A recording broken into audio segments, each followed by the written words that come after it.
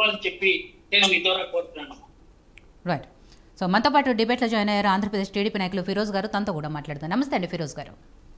నమస్కారం madam. Right. Firoz గారు, YS యాజమాన్యానికి మరియు డిబేట్ లో ఉన్న పెద్దలందరికీ నమస్కారం అండి. Right, thank you.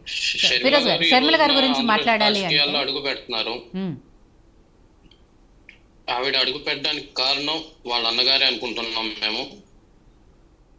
ఆవిడ్ని 2012-13 సంవత్సరంలో 2014 ఎలక్షన్ ముందు ఈయన జైల్లో ఉండగా ఆవిడికి రథసారథిగా మారి రాష్ట్రం మొత్తం పాదయాత్ర చేసి ఈయన సీఎం చేయడానికి ఆవిడ ఎంతో కృషి చేసింది.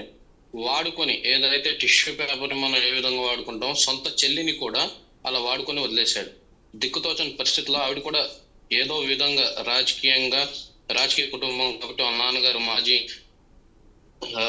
సీఎం రాజశేఖర రెడ్డి గారు కాబట్టి ఆవిడ తెలంగాణ వెళ్ళి పోటీ చేశారు. తర్వాత నేను అసలు ఆంధ్రప్రదేశ్లోనే ఎందుకు పోటీ చేయకూడదని ఒక ఆలోచన వచ్చి ఆవిడ వాళ్ళ అన్నకే నష్టం చేసిన అన్నకే ఆవిడ ఏ విధంగా అయితే నేను నష్టపోయానో అదే విధంగా నేను ఇక్కడే నెగ్గాలి, ఆంధ్రప్రదేశ్లో నెగ్గాలని ఆవిడ ఈ ఆంధ్రప్రదేశ్ రాజకీయాల్లోకి అడుగు పెడుతున్నారు. దానికి కాంగ్రెస్ సహకారం తీసుకొని కాంగ్రెస్ పార్టీలో జాయిన్ అవుతున్నారు. జగన్మోహన్ రెడ్డి గారిని చూసుకుంటే సొంత చెల్లినే హ్యాంగ్ చేయని సీఎం రాష్ట్ర మహిళా లోకానికి నా అక్క చెల్లెమ్మలని చెప్పి వాళ్ళకేం న్యాయం చేస్తాడండి? మన రాష్ట్రంలో వైసీపీ ప్రభుత్వం వచ్చాక సుమారుగా ఒక 48,000 పైగా పిల్లలపై దాడులు జరిగి ఉన్నాయండి. ఆ దారి ఎటు వెళ్ళిందండి? ఆ లిస్ట్ అనేది పోలీస్ స్టేషన్కి వెళ్తే జనరల్ గా నమోదైన కేసులు ఇవే 1,48,000 పైగా ఉన్నాయి. మరి కొంతమంది అయితే అవి కేసులు పరిణితులకు రానివి, కేసులు కట్టినవి ఇంకా చాలా ఉన్నాయి. అలాంటి ఆడపిల్లలు ఎంతో మంది నలిగిపోయి ఉన్నారు.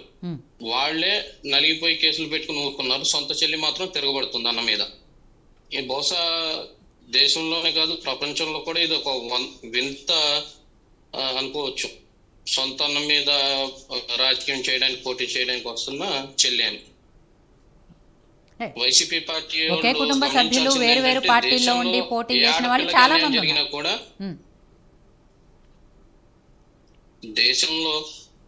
దేశంలోనే కాదు రాష్ట్రంలో ఆడపిల్లలకు అన్యాయం జరిగినట్లు మొదటి స్థానంలో ఉందండి మన రాష్ట్రం. దాడులు కానీ, రేపులు కానీ, అఘాయిత్యాలు కానీ, అత్యాచారాల్లో కానీ ముందుంది. మరి దీనికి ఎవరి అసమర్థత ఏంటనేది జగన్ గారి అభిమానులు కానీ నాయకులు కానీ చెప్పాల్సిన బాధ్యత వాళ్ళకు ఉంది. ఇవాళ మా ఇంట్లో ఆడపిల్ల అయితే రేపు వాళ్ళ ఇంట్లో ఆడపిల్ల కూడా అయ్యి ఉండొచ్చు, చెప్పలేము. అలా ఎంతో మంది ఆడపిల్లలు నష్టపోయారు. వారికి షర్మిల గారు మరి వచ్చి వాళ్ళకి అండగా నుంచుంటారా, లేకపోతే అన్నం మీదే అంటే నెక్స్ట్ టైం అన్నకి రాకుండా అడ్డుపడతారా అనేది ఇక వేచి చూడాలండి. రైట్. సో రామరెడ్డి గారు, షర్మిల గారు కాంగ్రెస్ పార్టీలో చేరటము లేకపోతే ఆ పార్టీలో విలీనం చేయటము అనే దాని మీద రకరకాల ప్రశ్నలు ఉత్పన్నమవుతున్నాయి. వాటన్నిటిని తీర్చాల్సిన బాధ్యత కూడా వైఎస్ఆర్టీపీ అధ్యక్షుడు